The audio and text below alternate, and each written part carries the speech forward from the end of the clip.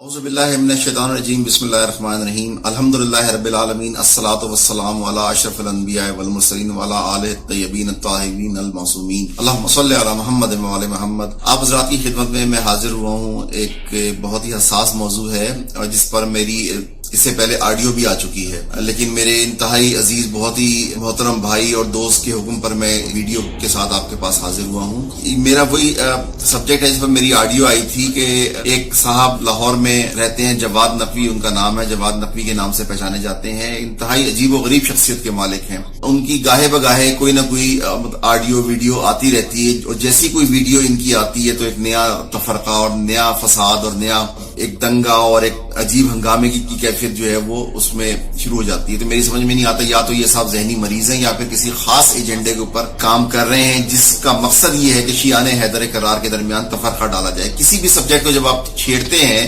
بلا وجہ چھیڑ چھاڑ کرتے ہیں کسی بھی موضوع کے ساتھ، تو پھر اس میں اگر آپ بہت ہی کوئی بااثر شخصیت ہیں، بہت ہی مالدار ہیں، آپ کے پاس لوگوں کے ڈونیشنز آ رہے ہیں، تو لوگ پھر آپ کی بات بھی سنتے ہیں، اتنا بڑا مدرسہ آپ چلا رہے ہیں، تو اس کا پھر رزلٹ یہ نکلتا ہے کہ آدھے لوگ کہتے ہیں نہیں نہیں نہیں وہ بالکل ٹھیک کہہ رہے ہیں، آدھے لوگ کہتے ہیں نہیں نہیں وہ تو غلط کہہ رہے ہیں، اور پھر دو گروپ بن جاتے ہیں۔ یہ کیفیت میں پچھلے کافی سالوں سے نوٹ کر رہا ہوں۔ اب آپ کو میں بہت سی مثالیں دے سکتا ہوں۔ مثال کے طور پر ایک ان کی ویڈیو آئی، اس میں انہوں نے کہا جی آپ کڑی پہنتے، یعنی ہمارے کڑی پہننے پہ اعتراض۔ امام زین العابدین علیہ السلام کو جو ہے وہ قید کیا گیا تھا، باقاعدہ اس کا پس منظر ہے۔ امام سجاد کی محبت میں ہم اگر کڑی پہن لیتے ہیں یا پاؤں میں ہم کوئی بیڑی ٹائپ کوئی چیز پہن لیتے ہیں تو آپ کو تکلیف کیا ہے اس سے؟ مجھے یہ سمجھ میں نہیں آتی ہے۔ اس میں کون سا دینی رکن، کون سا اسلامی رکن ہے جس کا کہ کوئی نفی ہو رہی ہے، جس کا کوئی نقصان ہو رہا ہے، اور دین کا کون سا اس میں نقصان ہو رہا ہے؟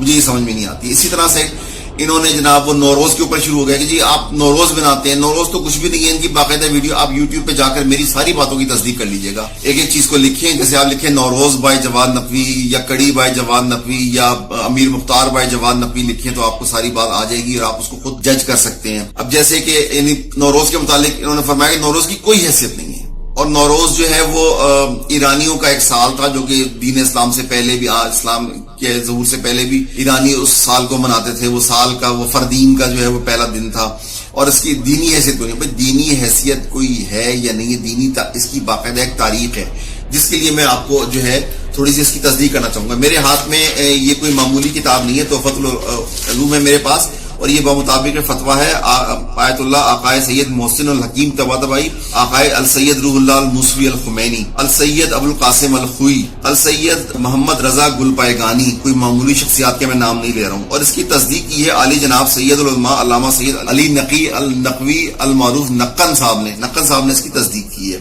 تو یہ جو علماء کرام کا میں نے نام لیا کوئی معمولی لوگ نہیں ہے، ان کا آپ حضرات اس کی تصدیق بھی کر سکتے ہیں تحفۃ العوام۔ اس میں یہ لکھا ہوا ہے کہ نوروز کے متعلق کہ جناب امام حضرت امام جعفر صادق علیہ السلام اللہم صلی علی محمد و علی محمد نے فرمایا کہ یہ وہ دن ہے کہ خداوند عالم نے ضرورت مندوں کی روحوں سے اقرار لیا کہ اس کو وحدہ اللہ شریک سمجھے اور کسی کو اس کی عبادت میں شریک قرار نہ دے۔ یہی وہ پہلا دن ہے کہ جس میں آفتاب نے اپنی پہلی گرن زمین پر ڈالی۔ اسی دن حضرت نوح علیہ السلام کی کشتی طوفان کے بعد کوہ جودی پر اس نے قرار پکڑا۔ اسی روز امیر المومنین نے دوش مبارک رسول مقبول صلی اللہ علیہ وآلہ وسلم پر چڑھ کر خانہ کعبہ میں بت شکنی کی۔ عید غدیر کا بھی یہی روز ہے۔ اسی روز بعد قتل عثمان حضرت امیر المومنین نے خلافت ظاہری بھی حاصل کی۔ اسی روز امیر المومنین نے خارجیوں سے جنگ نہروان میں فتح پائی۔ اسی روز صاحب اثر علیہ الصلوۃ والسلام کا ظہور ہوگا، یعنی امام مہدی کا ظہور ہوگا، یعنی جو شمسی مہینہ ہے اس کے حساب سے۔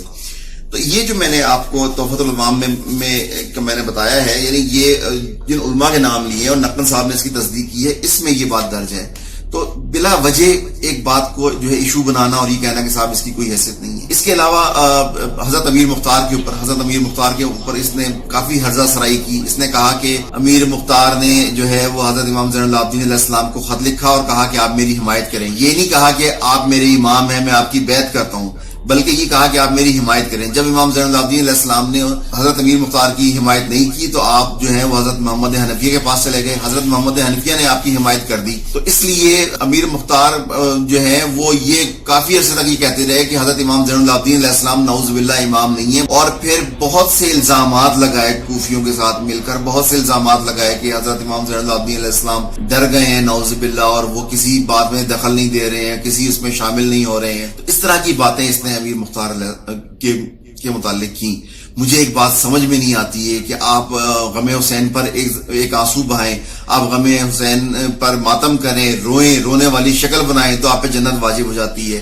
جس شخص نے اپنا گھر بار برباد کر لیا، اپنی بیوی کو شہید کرایا، جس نے ایک پورا یعنی خروج کیا، قیام کیا یزیدیوں اور آل امیہ کے خلاف، اور باقاعدہ امام حسین علیہ السلام کے دشمنوں سے، قاتلوں سے انتقام لیا، ان کے سروں کو کاٹ کاٹ کر امام زین العابدین علیہ السلام کے پاس بھیجا، اس شخص کے لیے کوئی اجر نہیں ہے۔ اس شخص کے آپ ایسے الزامات لگا رہے ہیں، جبکہ ایک آنسو آپ بہاتے ہیں امام حسین کے غم میں تو آپ کے اوپر جنت واجب ہو جاتی ہے۔ تو اس کو شرم آنی چاہیے ایسی باتیں کرتے ہوئے۔ میں کسی عام آدمی کا حوالے، علامہ حسن ظفر نقوی صاحب فرماتے ہیں کہ حکم ابن مختار جو امیر مختار کا بیٹا تھا، وہ ایک جگہ پر حضرت امام محمد باقر علیہ السلام 5ویں امام سے اس کی ملاقات ہوئی، حکم ملا، تو حضرت امام محمد باقر علیہ السلام نے فرمایا تو کون ہے؟ تو اس نے کہا مولا میں حکم ہوں، حکم ابن مختار۔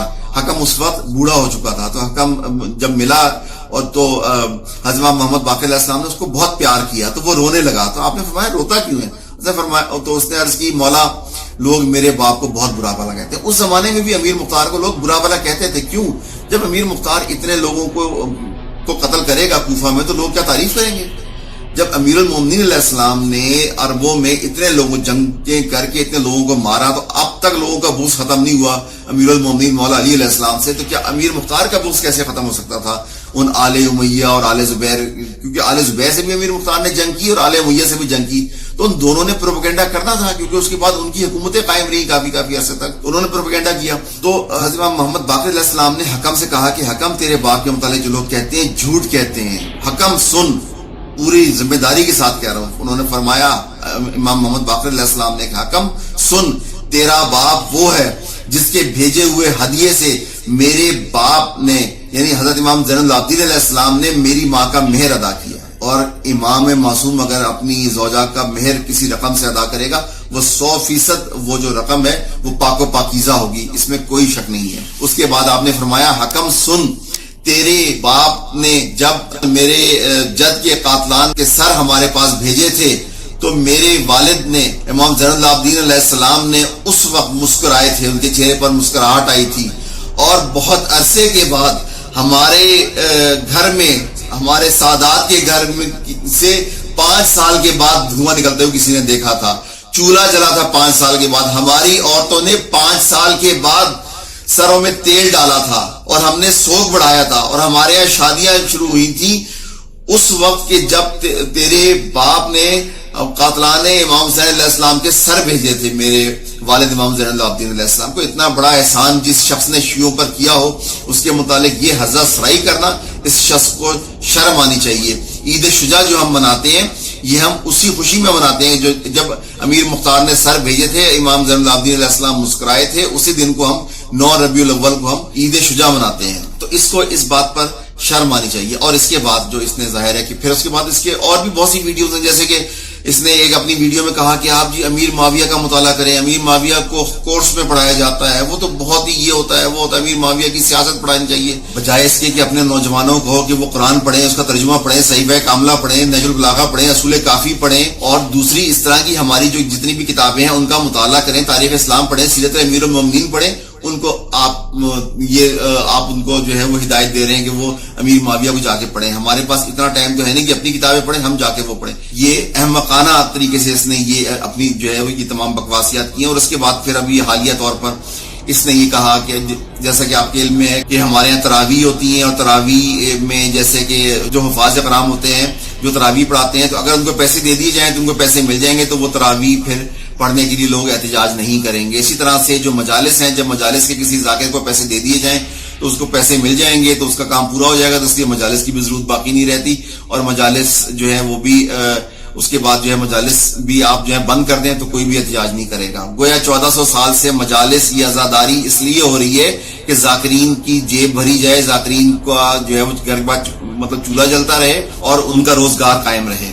اس کو شرم آنی چاہیے ایسی باتیں کرتے ہوئے۔ عزاداری امام حسین کو تراویح کے ساتھ ملانا، تراویح دیکھیں ایک ایسا عمل ہے، پہلی بات تو یہ کہ تراویح پر بھی اس کو تنقید نہیں کرنی چاہیے تھی۔ ہمارے اہل سنت جو برادران تراویح ادا کرتے ہیں کرتے رہیں، ہمیں سے کیا غرض ہے, ہم تو نہیں تراویح پڑھ رہے. البتہ تراویح کی تاریخ کیا ہے؟ تاریخ جیسا کہ آپ جانتے ہیں کہ خلیفہ دوم حضرت عمر مسجد نبوی میں تشریف لائے اور انہوں نے دیکھا کہ لوگ الگ الگ, رمضان کا مہینہ ہے, رات کا وقت ہے, لوگ الگ الگ عبادت کر رہے ہیں. تو حضرت عمر نے فرمایا کہ وہاں پر ابی بن کعب سے فرمایا کہ ان سب سے کہو گی اکٹھے ہوں اور اکٹھے ہو کر ایک ساتھ نماز پڑھا کریں. کچھ عرصے کے بعد جب حضرت عمر تشریف لائے تو انہوں نے دیکھا کہ سب لوگ ایک ساتھ نماز پڑھ رہے ہیں. تو آپ نے فرمایا نعم البدت ہذہ, میں نے کیا اچھی بدعت قائم کی. تو ایک ایسا عمل کہ جس کو قائم کرنے والا ہی اس کو بدعت قرار دے رہا ہے, یعنی حضرت عمر نے اس کو بدعت قرار دے دیا, اس کو مجالس کے ساتھ ملانا, عزاداری امام مظلوم کے ساتھ ملانا کتنا بڑا ظلم ہے, اس بات کا اندازہ لگانا چاہیے. تراویح ایک ایسا عمل ہے جس کو رسول پاک نے کبھی انجام نہیں دیا. رسول پاک کے زمانے میں تراویح کا کہیں نام و نشان بھی نہیں تھا. اور یہ بھی بات غلط ہے کہ آپ نے 3 دن تراویح پڑھائی, آپ نے ایک دن بھی ایک رکعت بھی تراویح نہیں پڑھائی ہے. آپ نے صرف نماز تہجد, نماز شب, وہ بھی 11 رکعت, وہ بھی صرف 3 دن, وہ بھی صرف ایک رمضان میں, وہ بھی زندگی میں صرف ایک بار آپ نے 3 دن وہ جو ہے نماز تہجد پڑھائی. یہ 4تھے دن صحابہ اصرار کرتے رہے, آپ غضبناک ہوئے, اور آپ اس لیے غضبناک ہوئے کہ کہیں امت کے اوپر یہ نماز فرض نہ ہو جائے, یعنی باجماعت پڑھنا آدھی رات کو. تہجد کی نماز کی بات ہو رہی ہے, پھر عرض کرتا ہوں تہجد کی نماز کی بات ہو رہی ہے. تراویح کا نام و نشان, حضرت عمر کے دور میں اس نماز کو صلاۃ التراویح نہیں کہا جاتا تھا, یہ بھی بعد میں اس کو تراویح کہنا شروع کیا. اور اسحاق مدنی صاحب فرماتے ہیں کہ خود حضرت عمر نے نماز تراویح زندگی میں ایک بار بھی ادا نہیں کی, اور یہ بھی جیسا کہ قرآن کی صحیح آیت ہے, تم ایسی بات کا لوگوں کو حکم کیوں دیتے ہو جس پر خود عمل نہیں کرتے ہو. بہرحال یہ بات تاریخ سے ثابت ہے کہ حضرت عمر نے تراویح کی نماز ایک بار بھی ادا نہیں کی ہے. ایسے عمل کو ہماری عزاداری امام حسین علیہ السلام, مجالس امام حسین علیہ السلام کے ساتھ نسبت دینا اور جوڑنا ایک اتنا بڑا ظلم ہے کہ اللہ تعالیٰ جو ہے وہ اس کو انشاءاللہ کبھی معاف نہیں کرے گا اس بات پر کہ اس نے ایک مطلب شیعان حیدر کرار میں اس نے تفرقہ ڈالنے کی بھی کوشش کی, اور عزاداری امام حسین علیہ السلام کی اس نے توہین کی, اور اس نے ذاکرین امام حسین علیہ السلام کی توہین کی. تمہیں کیسے معلوم کہ ایک ذاکر جو ہے وہ امام حسین کی محبت میں یہ مجالس پڑھ رہا ہے یا پیسے کے لالچ میں یہ مجالس پڑھ رہا ہے؟ تم اس کے دل میں جھانک کے کیسے دیکھ رہے ہو؟ تمہارے اندر علم غیب کہاں سے آ گیا کہ تمہیں یہ پتہ لگ گیا کہ وہ ذاکر کی اصل نیت کیا ہے؟ نیتیں صرف اللہ جانتا ہے. اور جیسے کہ رسول پاک کے دور میں یہ ایک بڑا ہی اہم واقعہ ہے کہ ایک صحابی نے ایک جنگ میں ایک کافر کو قتل کر دیا. دوسرے صحابی نے شکایت لگائی رسول پاک سے اور جا کے عرض کی کہ یا رسول اللہ, اس نے دوسرے صحابی نے ایک کافر کو مارا, جبکہ وہ کافر کہہ رہا تھا, کافر نے کلمہ پڑھ دیا تھا, وہ کہنے لگا کہ میں کلمہ پڑھتا ہوں لا الہ الا اللہ محمد رسول اللہ. رسول پاک غضبناک ہوئے, ان صحابی سے پوچھا کہ آپ نے کیوں مارا اس شخص کو جبکہ وہ کلمہ پڑھ چکا تھا؟ تو صحابی نے عرض کی کہ یا رسول اللہ وہ صرف موت کے ڈر سے کلمہ پڑھ رہا تھا. تو آپ نے کہا کیا تم نے اس کے دل میں جھانک کر دیکھا تھا؟ کیا تم نے اس کے دل میں جھانک کر دیکھا تھا کہ وہ موت کے ڈر سے کلمہ پڑھ رہا ہے یا وہ حقیقتاً اسلام لا رہا ہے؟ تو میں یہی سوال جواد نقوی سے کروں گا کہ کیا تم نے ان ذاکرین کے دل میں جھانک کر دیکھا ہے کہ وہ محبت اہل بیت میں مجالس پڑھ رہے ہیں یا پیسے کے لالچ میں مجالس پڑھ رہے ہیں؟ تم کس بات کا دعویٰ کرتے ہو؟ کیا تم اس بات کا دعویٰ کرتے ہو کہ تمہیں غیب کا علم ہے؟ ان ذاکرین پر الزام لگاتے ہو, شرم آنی چاہیے. دیکھیں, عزاداری امام مظلوم علیہ السلام ایک ایسا عمل ہے, ایک ایسا فریضہ ہے, ایک ایسا واجب ہے ہمارے پر جو ہمارا مقصد حیات ہے. جیسا کہ رسول پاک نے جب یہ فرمایا جناب فاطمہ الزہرا سے کہ اے میری لخت جگر, تمہارے اس بیٹے کو بھوکا پیاسا فرات کے کنارے جو ہے شہید کر دیا جائے گا. تو جناب فاطمہ نے پوچھا یا رسول اللہ کیا آپ اس وقت موجود ہوں گے؟ آپ نے فرمایا نہیں. تو آپ جناب فاطمہ نے پوچھا کیا علی ہوں گے؟ آپ نے فرمایا نہیں. آپ نے پوچھا کیا میں ہوں گی؟ آپ نے فرمایا نہیں. پھر آپ نے پوچھا کیا حسن مجتبی ہوں گے؟ آپ نے فرمایا نہیں. تو پھر جناب فاطمہ الزہرا نے بڑے دکھے ہوئے دل کے ساتھ, بڑی بے بسی کے ساتھ فرمایا کہ بابا جان پھر میرے حسین پر کون روئے گا؟ تو جناب رسول مقبول صلی اللہ علیہ وآلہ وسلم نے فرمایا کہ میری بیٹی غم نہ کرو, ایک ایسی قوم کو تمہارا رب پیدا کرے گا کہ جس کے بوڑھے تمہارے حسین کے بوڑھوں پر, جس کے جوان تمہارے حسین کے جوانوں پر, جس کی خواتین تیرے حسین کی خواتین پر, اور جس کے بچے تیرے حسین کے بچوں پر روئیں گے. آپ نمازیں پڑھیے, آپ روزے رکھیے, آپ حج کیجیے, آپ زکات دیجیے, لیکن یاد رکھیے کہ آپ کا مقصد خلقت کیا ہے. ہم وہ قوم ہے کہ ہمیں اس لیے پیدا کیا گیا ہے کہ ہم مولا حسین کے اوپر گریہ کریں, یہ ہمارا مقصد حیات ہے. ہم اس سے کبھی بھی دستبردار ہونے کے لیے تیار نہیں ہے, چاہے ہمارے والدین کی 1000 جانیں بھی اس پر قربان نہ ہو جائے. عزاداری امام مظلوم وہ ذکر ہے کہ جس کو کہ جب حضرت آدم علیہ السلام کی جب توبہ قبول ہوئی تو آپ نے پنجتن پاک کے نام لیے، اور اس میں آپ نے جب مولا حسین کا نام لیا حضرت آدم نے، تو حضرت آدم نے جناب جبریل سے پوچھا کہ اے جبریل کیا وجہ ہے کہ میں حسین کا نام لیتا ہوں تو میری آنکھوں سے آنسو جاری ہو جاتے ہیں۔ حضرت جبریل نے پورا واقعہ کربلا حضرت آدم کے سامنے بیان کیا۔ گویا کون ذاکر کون ہے؟ حضرت جبریل ہے۔ سننے والا کون ہے؟ حضرت آدم علیہ السلام ہے۔ مولا حسین کا ذکر جو ہے وہ حضرت جبریل نے حضرت ابراہیم علیہ السلام سے بھی کیا۔ سننے والا کون ہے؟ عزادار کون ہے؟ حضرت ابراہیم علیہ السلام ہے۔ ذاکر کون ہے؟ حضرت جبریل ہے۔ بذریعہ اللہ تعالیٰ اصل میں ذاکر ہے، پیغام جو ہے وہ حضرت جبریل علیہ السلام ذاکر بن کے حضرت ابراہیم علیہ السلام کو بتا رہے ہیں۔ ابھی 2500 سال پڑے ہیں واقعہ کربلا میں کہ اللہ تعالیٰ فرما رہا ہے کہ ہم نے اے ابراہیم یہ تم نے جو اپنے بیٹے کو ذبح کیا ہے، ہم نے اس قربانی کو قبول کیا، لیکن اس کو ہم نے موقوف کر دیا ہے ذبح عظیم کے لیے۔ قرآن پاک میں وفدینا ذبح العظیم کے الفاظ استعمال کیے گئے، جیسا کہ علامہ اقبال فرماتے ہیں اللہ اللہ بائے بسم اللہ پدر مانیے ذبح عظیم آمد پسر، یعنی بائے بسم اللہ تو والد ہیں مولا علی علیہ السلام اور ان کے فرزند امام حسین علیہ السلام، مانیے ذبح عظیم ہے۔ ذبح عظیم کا جو یاد ہے وہی عزاداری ہے۔ یہ مجلس ہیں جو ذاکر ہیں وہ اس کا ذکر کرتا ہے، اس کو اتنا ڈیگریڈ کرنا، اس کو اس حد تک پہنچا دینا شرم آنی چاہیے۔ میں عرض کرنا چاہوں گا آخر میں کہ جو ذاکر ہے خود رسول مقبول صلی اللہ علیہ وآلہ وسلم ہے، اور بہت ہی مشہور و معروف روایت ہے، اس میں کسی شک و شبہ گنجائش نہیں ہے۔ مولا علی علیہ السلام ایک دفعہ تشریف لاتے ہیں رسول پاک کے پاس، تو رسول پاک بہت ہی گریہ کر رہے ہیں، پھوٹ پھوٹ کر رو رہے ہیں۔ آپ مولا علی علیہ السلام پوچھتے ہیں کہ یا رسول اللہ یا رسالت مآب، آپ کو کیا کسی نے ناراض کیا؟ آپ نے فرمایا نہیں، مجھے کسی نے ناراض نہیں کیا۔ تو مولا علی نے پوچھا کہ پھر آپ اس طرح سے گریہ کرنے کی کیا وجہ ہے؟ رسول پاک نے فرمایا اے علی، ابھی ابھی میرے پاس جبریل آئے ہیں اور انہوں نے فرمایا ہے کہ اے یا رسول اللہ، یہ آپ کا فرزند حسین فرات کے کنارے بھوکا اور پیاسا 3 دن کا بھوکا اور پیاسا شہید کر دیا جائے گا۔ اے علی، رسول پاک نے ارشاد فرمایا اے علی، میری آنکھیں میرے قابو میں نہیں ہے۔ یہ رسول پاک کے الفاظ ہے، اے علی میری آنکھیں میرے قابو میں نہیں ہے، میں اپنے اوپر قابو نہیں پا رہا، یہ آنسو میری آنکھوں سے جاری ہے، یہ گریہ میری آنکھوں سے جاری ہے۔ یہ گریہ کون کر رہا ہے؟ یہ عزاداری کون کر رہا ہے؟ رسالت مآب صلی اللہ علیہ وآلہ وسلم۔ اور ذاکر کون ہے؟ اللہ تعالیٰ کی ذات ہے بذریعہ جبریل۔ ان کے متعلق ایسی توہین آمیز گفتگو کرنا، اللہ تعالیٰ ہمیں ان تمام شیطانوں سے بچائے جو سیدوں اور علماء کرام کے روپ میں ہمارے درمیان تفرقہ ڈالنے کی کوشش کر رہے ہیں، اور عزاداری مظلوم کربلا اور عزاداری سید الشہداء کو ڈیگریڈ کرنے کی کوشش کر رہے ہیں۔ اللہ تعالیٰ ہمیں ایسے تمام شیطانوں سے محفوظ رکھے۔